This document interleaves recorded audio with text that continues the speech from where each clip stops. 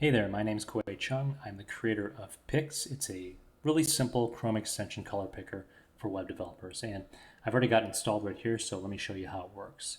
So let me just go to a page and I want to grab, let's say, the color of this pink light here. So what I'll do is roll over to Pix and open it up. And the first thing you'll notice is here's the interface for it. It's really lightweight. It doesn't get in the way of anything else on your screen. Now, to pick this color, I just hit spacebar and then I just roll over and tap the pink color, and there it is. So just by doing those two steps, spacebar and then picking the color, I've already got it on my clipboard. You can see I can just paste it here, and that is the hex color. Now, by the way, I can do Command-Shift-P to open up Pix as well, or Control-Shift-P on your Windows environment. And if I do that, it'll open up again. Now with this still selected, I can change the color value from hex to any other number of color formats. And I can do that either by just hitting this button here. And every time you do that, notice it'll just say copied, and it'll be in the format that's specified in this button. Or I could just hit A. And that brings up another key to Pix, which is it's very ergonomically friendly. So if you have your right hand on your mouse and your left hand on your home row keys, ASDF, you should be able to fly through all the features of Pix, and it feels really natural. Now, the other thing you'll notice is every time I change the color to a different color value, it says copied here, but it doesn't actually show you what the value is, and that's by intention. I wanted Pix to be really quiet, and really, as a developer, all you really care about is the value copied to your clipboard. You don't need to know what the value is, and by going here in this HWB format, and I paste it in, there is the actual value. I don't need to see it on the interface. I just know it's on the clipboard. And that keeps things really calm as you're working through grabbing your colors.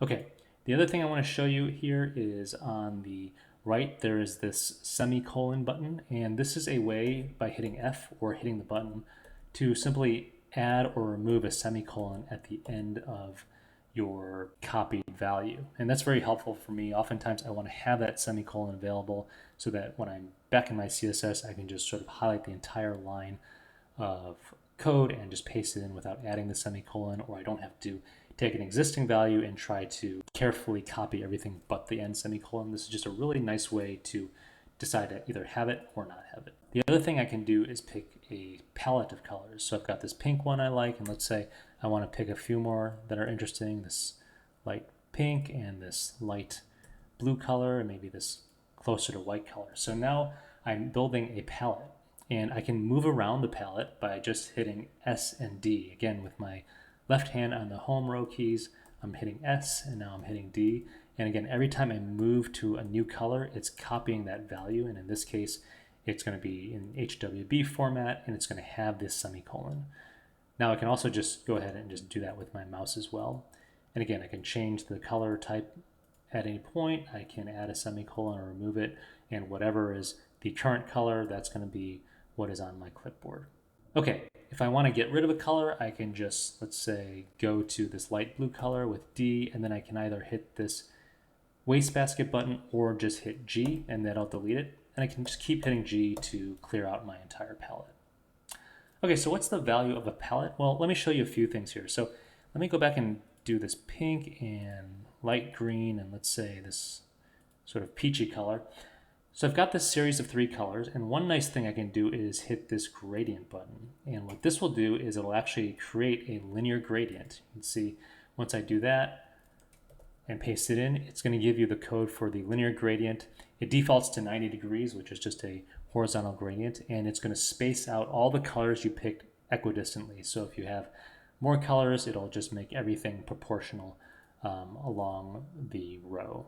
Similarly, I can hit this button, which is the copy all button. So if I copy all here and paste it in, you'll see that it's going to actually provide a variable for each color. So if you use like a root CSS file with a number of colors, you can just quickly grab a number of colors, paste it in, and have a variable for each one of those as well. Okay, let's go back to Pix now, and let me add a few more colors in here. And let's say I'm really liking this set of colors, and I want to save this palette for future use.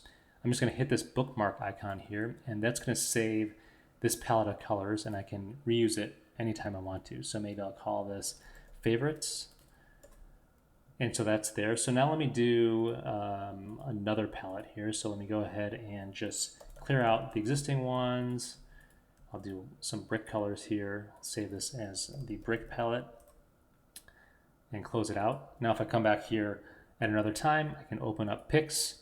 And let's say I want to go back to that first palette. I'll just click on this little arrow button and you can see my favorites palette is here. I can just select it and now it's copied over that palette to my working colors. And again, I can use S and D to roll over each one. And I can use these other features to grab the gradient, to grab all the colors as variables. I can pick, let's say, this light blue color, change the color type, add in the semicolon, and every time I'm doing that, it's automatically pasting that latest value to my clipboard. So that's it. Hope you enjoyed this and you find Pix useful.